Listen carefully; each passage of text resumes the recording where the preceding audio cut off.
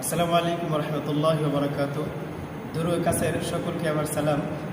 তো সময়ত দিনে ভাই বোনেরা একবার একটা প্রশ্ন করেছেন যে হুজুর, যে নামাজের ভিতরে কখন কিভাবে একামত দিতে হয় এবং কি সব নামাজের ভিতরে কি একামত দিতে হয় কি না।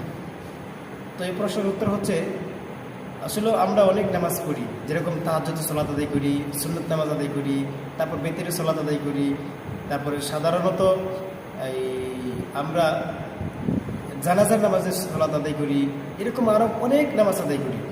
তার ভিতরে আমাদের কোন নামাজের ভিতরে একামত দিতে হয় এবং কোনগুলোর ভিতরে একামত দেওয়া যাবে না। আল্লাহ রাসূল হাদিসের ভিতরে বলছেন যে শুধুমাত্র কেবলমাত্র আমরা যে ফরজ সালাত আদায় করি, দিনে 5 বার যে 5 ওয়াক্ত ফরজ সালাত আদায় করি, শুধু 5 ওয়াক্ত ফরজ সালাতের ভিতরে একামত দিতে হয়।